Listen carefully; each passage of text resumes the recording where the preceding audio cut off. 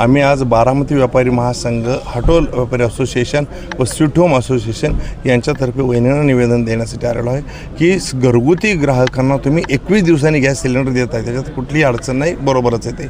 परंतु व्यापारी जे होते की जे व्यावसायिक गॅस सिलेंडर रोज मिळत होते ते रोजचे बंद करून एकदम नाही म्हणून असं सांगितलं आणि नाही म्हणून सांगितल्यामुळं असं झालेलं आहे की हॉटेल सर्व बंद पडायच्या मार्गात आलेले आहेत. ज्याच्याकडे 1 दिवसाचा 2 दिवसाचे गॅस सिलेंडर स्टॉक होते त्यांनी ते वापरले. आजची परिस्थिती अशी आहे की हॉटेलमध्ये काहीही मिळत नाही, चहा आणि कॉफी फक्त मागितलं तरी मिळत नाही. याच्यामुळं हॉटेल व्यवसायावर, धंद्यावर परिणाम झाला आहे का, तर तो झालाच आहे.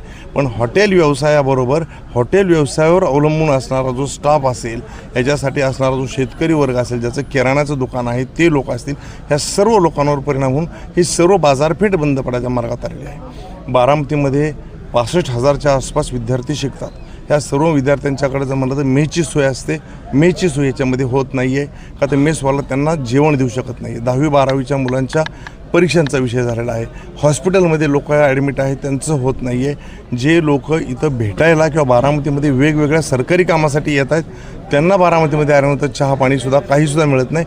एकंदरीत सर्व जनतेचं नुकसान होत आहे आणि सर्व जास्त अडचणीत येत आहे. तर आमची वहिनींकडे अशी विनंती आहे की जो आम्हाला इथून मागे रोज गॅस सिलेंडर मिळत होते ते कमीत कमी 1 दिवसाआड 2 दिवसाआड तरी आम्हाला गॅस सिलेंडर मिळावेत.